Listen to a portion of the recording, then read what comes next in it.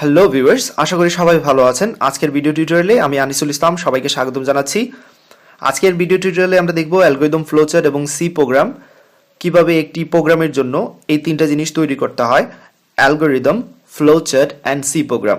তো ভিডিও শুরুতেই আমি যে কথাগুলো আপনাদের বলে নিচ্ছি, একটু কাইন্ডলি মনোযোগ দিয়ে শুনে নেবেন। আমি কি করব, আজকে একটা প্রোগ্রামের জন্য অ্যালগরিদম, ফ্লোচার্ট এবং সি প্রোগ্রাম খাতা কলমে দেখে দেওয়ার চেষ্টা করব এবং পরবর্তী ভিডিওটিতে এই প্রোগ্রামটির জন্য প্র্যাকটিক্যালি আমি সি প্রোগ্রাম কম্পিউটারে দেখাবো। ঠিক আছে? তাহলে প্রত্যেকটা ভিডিও আসলে দুইটা ভাগে বিভক্ত থাকবে, সেই বিষয়টা লক্ষ্য রাখবেন। ওকে, এইখানে থাকবে থিওরিটিক্যাল পার্টটা, তারপর এই জিনিস বোঝার পর আপনি সেটা কম্পিউটারে ব্যবহার করতে পারবেন। ওকে, তো আপনাদের যদি কোনো মতামত থাকে যে কোন কোন টপিকের উপর, অর্থাৎ কোন কোন প্রোগ্রামের জন্য অ্যালগরিদম, ফ্লোচার্ট এবং সি প্রোগ্রাম তৈরি করলে সুবিধা হবে, সেটা অবশ্যই জানাতে ভুলবেন না। ওকে, তো আমরা শুরু করে দেব অ্যালগরিদম, ফ্লোচার্ট এবং সি প্রোগ্রাম তৈরি করা। আমাদের আজকের সমস্যাটা হচ্ছে কি, যে প্রোগ্রামটা সেটা হচ্ছে দুইটি সংখ্যার যোগফল নির্ণয় করব। ওকে, একেবারে বেসিক একটা অ্যালগরিদম, ফ্লোচার্ট, সি প্রোগ্রামের জন্য একটা সমস্যা আমি বেছে নিয়েছি। তো বেসিক জিনিসগুলো বুঝতে বুঝতে আমরা পরবর্তীতে কঠিন জিনিসগুলো খুব সহজেই বুঝতে পারবো, রাইট? এবং ভিডিওটি দেখার পূর্বে আবারও একটা কথা বলে নিচ্ছি, অবশ্যই আপনারা নিশ্চয়ই জেনে নিয়েছেন যে আগে আমি কিছু ভিডিও তৈরি করেছি সি প্রোগ্রামিং এর উপর, যেগুলো আমি বলে দিয়েছি যে এখানে ভেরিয়েবল কি, অপারেটর কি, কিভাবে ইফ এলস কাজ করে। ঠিক আছে? সেই ভিডিওগুলো অবশ্যই দেখে নেবেন, তারপরে এখানে আসবেন। আদারওয়াইজ এইখানে আমি যখন ভেরিয়েবল বলবো হয়তো আপনারা বুঝতে পারবেন না, রাইট? তো ভেরিয়েবলের ভিডিও, তারপর যে ডাটা টাইপসের ভিডিও, অপারেটর ভিডিও, এই সবগুলো ভিডিও নিশ্চয়ই দেখে নিয়েছেন। যদি না দেখে থাকেন দয়া করে সেই ভিডিওগুলো দেখার পরেই এইখানে আসবেন। ওকে, রাইট। তো আমরা কি করব, দুইটি সংখ্যার যোগফল নির্ণয়ের জন্য আমরা কি করব, অ্যালগরিদম, ফ্লোচার্ট এবং সি প্রোগ্রাম করব। ঠিক আছে? তো ফ্লোচার্টের বিষয়ে কয়েকটা কথা বলে নিচ্ছি এখানে। ফ্লোচার্টের বিষয়ে, যে ফ্লোচার্টের যে চিত্রগুলো আছে, যে সিম্বলগুলো আছে, সেগুলো নিশ্চয়ই আপনাদের মনে আছে। তারপর আমি আজকে আবার মনে করে দেবো, সমস্যা নাই। তাহলে চলুন আমরা কাজ শুরু করি। প্রথমে যেটা করবো, আমি অ্যালগরিদম নির্ণয় করব, রাইট? অ্যালগরিদম, আমাদের প্রথম স্টেপটা হচ্ছে অ্যালগরিদম বের করব। ঠিক আছে? আমি সংক্ষেপে AFC লিখবো, অর্থাৎ অ্যালগরিদম, ফ্লোচার্ট এবং সি প্রোগ্রাম। ওকে, ফাইন। তো অ্যালগরিদম, দুইটি সংখ্যার যোগফল নির্ণয়ের জন্য অ্যালগরিদম কি হতে পারে, প্রথমে আমাদের শুরু করতে হবে নিশ্চয়ই। অ্যালগরিদম কি? অ্যালগরিদম হচ্ছে কোনো একটা সমস্যাকে ধাপে ধাপে সমাধান করা। ঠিক আছে? সেটাই হচ্ছে অ্যালগরিদম। তো আমাদের প্রথম ধাপটা আমরা দিয়ে দিলাম, শুরু করতে হবে কাজটা। দেন দ্বিতীয় ধাপ দিয়ে দিলাম, যেহেতু দুইটি সংখ্যার যোগফল করতে হবে, তাহলে আমাদের দুইটি সংখ্যা ইনপুট নিতে হবে, তাই তো? তাহলে দুটি সংখ্যা ইনপুট নেই, দুটি সংখ্যা ইনপুট নেব বা পড়ি, যে কোনো একটা বলতে পারেন। এবং লক্ষ্য রাখবেন, অ্যালগরিদম, ফ্লোচার্ট, সি প্রোগ্রাম, এই ক্ষেত্রে আপনি ইংরেজি ব্যবহার করতে পারেন, বাংলা ব্যবহার করতে পারেন, কোনো সমস্যা নাই। ওকে, তো আমরা অ্যালগরিদম প্রথম ধাপে অবশ্যই সবসময় কি করব, শুরু করব, তারপর দুটি সংখ্যা আমরা ইনপুট নেব, দুটি সংখ্যা ইনপুট নেই। এই কাজটা করার পর এবার কি করতে হবে, যেহেতু দুটি সংখ্যা ইনপুট নেওয়া হয়ে গেছে, তাহলে আমরা কি করতে পারবো, এবার সংখ্যা দুটি যোগ করতে পারবো। তাহলে তৃতীয় ধাপে আমরা কি করব, সংখ্যা দুটি যোগ করি বা যোগফল নির্ণয় করি। অ্যালগরিদম আপনি আপনার মতো লিখতে পারবেন, কোনো সমস্যা নাই, বাট সেটা যাতে করে বোধগম্য হয় সেই দিকে লক্ষ্য রাখতে হবে। সংখ্যা দুটি যোগ করি, দ্যাটস ইট। তাহলে যোগ করার পর আমাদের যোগফলটা নিশ্চয়ই পেয়ে গেলাম। এবার আমাদের কাজটা হচ্ছে যোগফল প্রদর্শন করা। যোগফল প্রদর্শন করি। যেহেতু যোগফল প্রদর্শন করা হয়ে গেছে, তাহলে এবার আমরা কি করব, প্রোগ্রাম শেষ করে দিতে পারি। ওকে, তো সবসময় একটা বিষয় লক্ষ্য রাখবেন, অ্যালগরিদম প্রথম ধাপ অবশ্যই শুরু থাকবে এবং শেষের ধাপ শেষ, এইটাই থাকবে। ওকে, তো আমরা কি করলাম, শুরু করলাম, দুটি সংখ্যা ইনপুট নিলাম, সংখ্যা দুটি যোগ করলাম, তারপর যোগফল প্রদর্শন করলাম এবং শেষ করে দিলাম। এই যে ধাপে ধাপে কাজ করাকেই অ্যালগরিদম বলা হয়, তাই তো? ওকে, এবার আমরা যেটা করব, এই অ্যালগরিদম থেকে ফ্লোচার্ট নির্ণয় করব। ফ্লোচার্ট।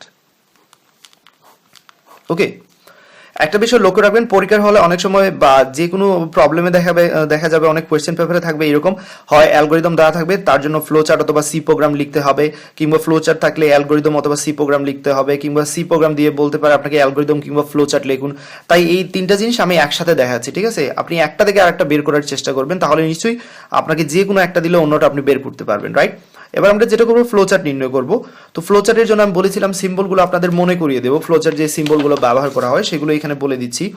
ফ্লোচার্টের জন্য এই সিম্বলটা দ্বারা, স্টার্ট অথবা এন্ড, যেটা শুরু বা শেষ বলে থাকি আমরা, এই সিম্বল দ্বারা, অবল সিম্বল দ্বারা আমরা স্টার্ট অথবা এন্ড বলে থাকি, শুরু বা শেষ। তারপর ইনপুট বা আউটপুট নেওয়ার জন্য এই সিম্বলটা ইউজ করে থাকি আমরা, ইনপুট বা আউটপুটের জন্য। অবশ্যই ফ্লোচার্ট এবং অ্যালগরিদমের উপর আমার আগে একটা ভিডিও তৈরি করা আছে, আপনারা চাইলে সেটা দেখে নিতে পারেন, তারপরে এইখানে আসতে পারেন, কোনো সমস্যা নাই। তারপর এই সিম্বলগুলো জাস্ট মনে করিয়ে দিচ্ছি। এবং প্রসেসের জন্য, কোনো যোগ বিয়োগ কোনো কিছু করার জন্য হিসাব নিকাশ করার জন্য যেটা ইউজ করি সেটা হচ্ছে আয়তাকার, আর ইনপুট আউটপুটের জন্য যেটা ইউজ করি সেটা হচ্ছে সামান্তরিক। ওকে, এটা ইউজ করি আমরা কিসের জন্য? প্রসেসের জন্য। তারপর সিদ্ধান্তর জন্য আমরা যেটা ইউজ করি সেটা হচ্ছে ডায়মন্ড আকৃতির। এই শেপ দিয়ে আমরা কি নির্ণয় করতে পারি? কোনো একটা সিদ্ধান্ত নিতে পারি, ঠিক আছে। এবং সবসময় সিদ্ধান্ত দুইটা ফলাফল থাকবে, yes or no, yes or no, অথবা true or false, true or false, যে কোনো একটা লিখতে পারেন এইখানে। ওকে, তো আপনারা চাইলে দুইটা মনে রাখবেন, ডায়মন্ড আকৃতি থেকে দুইটা সিদ্ধান্ত বের হবে, হা বা না, অথবা সত্য অথবা মিথ্যা, ঠিক আছে। এখন আপনি এই দুই দিক থেকে এইখানে ইয়েস দিতে পারেন, এইখানে নো দিতে পারেন, এইখানে ট্রু দিতে পারেন, এইখানে ফলস দিতে পারেন, কোনো সমস্যা নাই, যে কোনো একদিকে ইউজ করতে পারেন। কিংবা অনেক সময় চাইলে আপনারা এইভাবেও করতে পারেন যে এইদিকে ইয়েস ট্রু দিয়ে দিচ্ছি, এইদিকে ইয়েস দিয়ে দিচ্ছি, এইদিকে নো দিতে পারি, অথবা এইদিকে ট্রু দিয়েছি, এইদিকে ফলস দিতে পারি, যেই দিকে আমার ইচ্ছা সেই দিকে আমরা করতে পারি। বাট লক্ষ্য রাখবেন সিদ্ধান্ত প্রতীক থেকে দুইটা জিনিস সবসময় বের হবে। ওকে, তারপর যেটা করতে হয়, তারপর যে সিম্বল, শেষের সিম্বল যেটা হচ্ছে যে এই যে এটা দ্বারা আমাদের চিহ্ন দ্বারা বোঝায় যে আমরা কোন দিকে যাচ্ছি, প্রোগ্রামের ফ্লোটা কোন দিকে হচ্ছে, ঠিক আছে। আরেকটা যেটা আমরা অনেক সময় ইউজ করি সেটা হচ্ছে কানেক্টর। এরকম সার্কেল থাকবে, ছোট একটা সার্কেল, এর কানেক্টর হিসেবে ব্যবহার করতে পারি। একটা পেজ থেকে ফ্লোচার্ট যদি আরেকটা পেজে নিতে চাই, যদি জায়গা না হয় তাহলে কানেক্টর মাধ্যমে করে নিতে পারি। অথবা অনেক সময় দেখা যায় একটা ফ্লোতে তিনটা সিম্বল আসতেছে, এরকম কিছু আসতেছে, তখন এটা ইউজ করতে পারি। তো এটা সম্পর্কে অবশ্যই দেখতে পারবেন পরবর্তীতে, তাতে কোনো প্রবলেম নাই। তো ফ্লোচার্টগুলো, যেহেতু ফ্লোচার্টের সিম্বলগুলো আপনাদের আবার চেনা হয়ে গেছে, তাহলে আমাদের কাজে ফিরে যাই, আমাদের শুরু করতে হবে, ঠিক আছে। এবং শুরুর জন্য যেটা বলেছি, ওভাল আকৃতির যে সিম্বলটা ইউজ করতে হবে, এখানে আপনি শুরু লিখতে পারেন বাংলাতে। তো আমি ফ্লোচার্টের ক্ষেত্রে ইংরেজি লিখতে একটু বেশি পছন্দ বোধ করি, সেই জন্য লিখে দিলাম স্টার্ট। তো দেখুন আমাদের অ্যালগরিদমে শুরু বলেছিলাম, সেই জন্য আমি এখানে কি লিখতেছি, এই যে স্টার্ট সিম্বলটা লিখতেছি। তারপর অ্যালগরিদমে দুটি সংখ্যা ইনপুট নিব, সুতরাং নেক্সট স্টেপে যাব। ওকে, ফ্লো দিয়ে দিলাম, যে আমাদের ডাইরেকশনটা বলে দিলাম। দুটি সংখ্যা ইনপুট নেব, ইনপুটের জন্য হচ্ছে সামান্তরিক আকৃতির, তাই তো। ইনপুট নেব, তাহলে ইনপুট লিখতে পারেন অথবা রিড লিখতে পারেন, এইখানে যে কোনো একটা লিখলে হবে, সমস্যা নাই। তো ইনপুট দুইটি সংখ্যা নেব, আপনারা চাইলে দুইটা ভেরিয়েবলের নাম দিতে পারেন, যে কোনো দুইটা ভেরিয়েবলের নাম দিতে পারেন। আমি দিয়ে দিচ্ছি যে নাম্বার 1, নাম্বার 2, এই দুইটার মধ্যে আমরা দুইটা সংখ্যা নেব। ওকে, তো দ্বিতীয় কাজটাও করা হয়ে গেল। এই যে এবার কি করব, এবার সংখ্যা দুটি যোগ করব, তাই তো। তাহলে নেক্সট ডিরেকশন আমরা দিয়ে দিলাম, নেক্সটে চলে যাচ্ছি, দুটি সংখ্যা যোগ করব, এবং যোগফলের জন্য আমাদের প্রসেসিং এর যে সিম্বলটা আছে সেটা ইউজ করব। সাম ইকুয়াল, যোগ করতেছি আমরা নাম্বার 1 এবং নাম্বার 2, দুইটা সংখ্যা নিয়েছিলাম, এই দুটো যোগ করে দেব, নাম্বার 1 প্লাস নাম্বার 2। তাহলে তৃতীয় কাজটাও হয়ে গেল, এই যে দেখতে পাচ্ছেন। এবার আমরা কি করব, আমরা এই যোগফলটাকে প্রদর্শন করে দেব, সামটাকে আমরা প্রিন্ট করব। ওকে, এবং প্রিন্টের জন্য, আউটপুটের জন্য আবারও সামান্তরিক আকৃতি ইউজ করতে হবে, প্রিন্ট সাম বা রাইট সাম লিখতে পারেন। এইখানে রিড লিখলে কোনো প্রবলেম নাই, লক্ষ্য রাখবেন। এইখানে রিড লিখলে প্রবলেম নাই, এইখানে রাইট লিখলেও প্রবলেম নাই, এই দুটো জিনিস লক্ষ্য রাখবেন। ওকে, তারপর যেটা করতে পারি, বা আউটপুট লিখলেও এখানে প্রবলেম নাই। এবার আমাদের শেষ ধাপ, আচ্ছা যোগফল প্রদর্শন করা হয়ে গেল, এবার আমাদের শেষ ধাপ, আমাদের প্রোগ্রামটাকে শেষ করে দিতে হবে। নেক্সট স্টেপে চলে গেলাম, স্টেপে, এবং এইখানে গিয়ে আমরা এন্ড করে দিলাম, রাইট। তাহলে হয়ে গেল আমাদের এই যে প্রত্যেকটা কাজ। আমি এইখানে ডাইরেকশন দিয়ে আপনাদের দেখিয়ে দিয়েছি যে কিভাবে কোন জায়গায় কোন কাজটা হচ্ছে। এবার কি করবো, আমাদের সি প্রোগ্রামটা তৈরি করবো, রাইট। অ্যালগরিদম গেল, যখন অ্যালগরিদম থেকে ফ্লোচার্ট তৈরি করে নিয়েছেন তখন আর অ্যালগরিদমের দিকে আপনাকে না থাকালেও হবে, এবার ফ্লোচার্ট থেকে সি প্রোগ্রাম তৈরি করতে পারবেন, রাইট। তো ফ্লোচার্ট থেকে সি প্রোগ্রাম তৈরি করা অনেকটা সহজ। আবার বলতেছি, অ্যালগরিদম হচ্ছে কোনো একটা সমস্যাকে ধাপে ধাপে সমাধান করা, আর ফ্লোচার্টটা হচ্ছে কি, সেই ধাপে ধাপে সমাধানগুলোকে চিত্রের সাহায্যে প্রদর্শন করা, ঠিক আছে। এবার আমরা যেটা করব, সি প্রোগ্রাম তৈরি করব। প্রথম ভিডিওটা একটু সময় নিচ্ছি, প্রত্যেকটা সিম্বলের সাথে পরিচয় করিয়ে দিয়েছি, সেই জন্য একটু লম্বা হচ্ছে। আমি যখন ভিডিওগুলো তৈরি করি, লক্ষ্য রাখবেন আমি একটা টপিকের জন্য অনেকগুলো এক্সাম্পল দেওয়ার চেষ্টা করি, আপনাদের যাতে করে একেবারে লোয়ার লেভেল থেকে হায়ার লেভেলে আমি নিয়ে যেতে পারি, সেই চেষ্টাটা করি। ওকে, রাইট। এবার যেটা করবো, আমাদের সি প্রোগ্রামে নিশ্চয়ই আপনাদের জানা আছে, প্রথমে স্টেপে লিখতে হয় হ্যাশ ইনক্লুড। লক্ষ্য রাখবেন আমি কিন্তু এগুলো ছোট হাতের অক্ষরে দিয়ে দিচ্ছি, এক্স্যাক্টলি আপনারাও সেইভাবে রাখার চেষ্টা করবেন, stdio.h।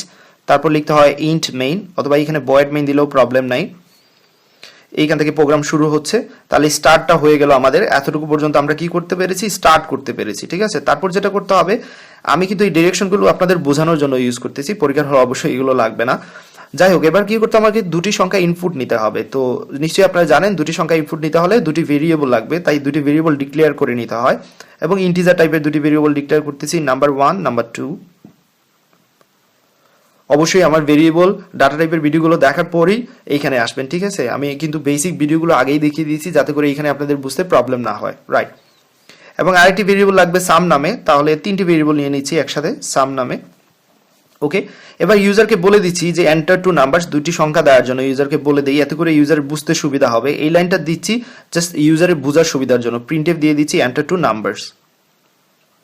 ওকে, তাহলে ইউজার দুইটা সংখ্যা আমাদের ইনপুট দিয়ে দেবে এবং সেই দুইটা সংখ্যা আমরা ইনপুট হিসেবে নিতে পারবো। তো নেওয়ার জন্য যেটা করতে হবে, আমাকে স্ক্যানএফ ইউজ করতে হবে, এবং যেহেতু নাম্বার 1 নাম্বার 2 এর মধ্যে আমরা ভেরিয়েবলের মধ্যে ভ্যালুগুলো স্টোর করব, সুতরাং ইন্টিজার সংখ্যার জন্য আমাদের ইউজ করতে হয় %d %d।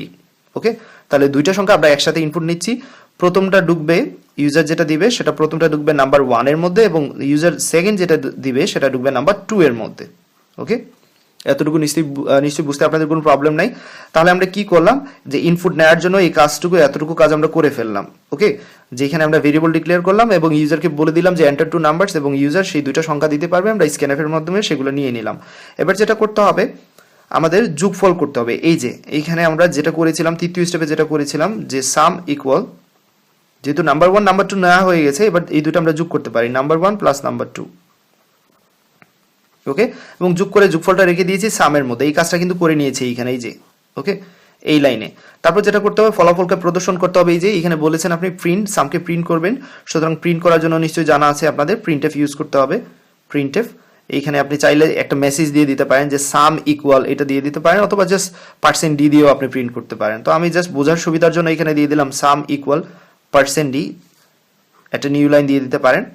এবং এইখানে যে %টা কাকে প্রিন্ট করবে, সামকে, সাম ভেরিয়েবলের যে মানটা সেটাকে প্রিন্ট করে দেখাবে। ওকে, তো এতটুকুই তো আমাদের শেষ হয়ে গেল প্রোগ্রাম। এই যে শেষ করে দিলাম, প্রিন্টের কাজটা এইখানে হলো এই লাইনে, এবং এই যে এন্ড করে দিলাম আমরা সেকেন্ড ব্র্যাকেট দিয়ে শুরু, সেকেন্ড ব্র্যাকেট দিয়ে শেষ। তো আশা করি এতটুকু বুঝতে নিশ্চয়ই প্রবলেম হয় নাই। পরবর্তী লেকচার ভিডিওতে আমি এত ভেঙে ভেঙে দেখাবো না, কারণ এই ভিডিও টিউটোরিয়ালে সিম্বলগুলোর সাথে আপনাদের পরিচয় করে দিয়েছি। আর ভেরিয়েবল, ডাটা টাইপ নিশ্চয়ই এগুলো ভিডিওগুলো আপনারা দেখে নিয়েছেন। ভিডিওগুলো দেখার পরেই এখানে আসবেন, এতে করে বুঝতে সুবিধা হবে। ওকে, এবং অনেক মজা পাবেন। তো পরবর্তী ভিডিওটি থাকবে এই দুটি সংখ্যার ইনপুট নিয়ে যোগ করে যোগফল প্রদর্শনের জন্য সি প্রোগ্রামটা আমি আপনাদের প্র্যাকটিক্যালি দেখিয়ে দেবো। ওকে, ভালো থাকুন, সুস্থ থাকুন, আল্লাহ হাফিজ।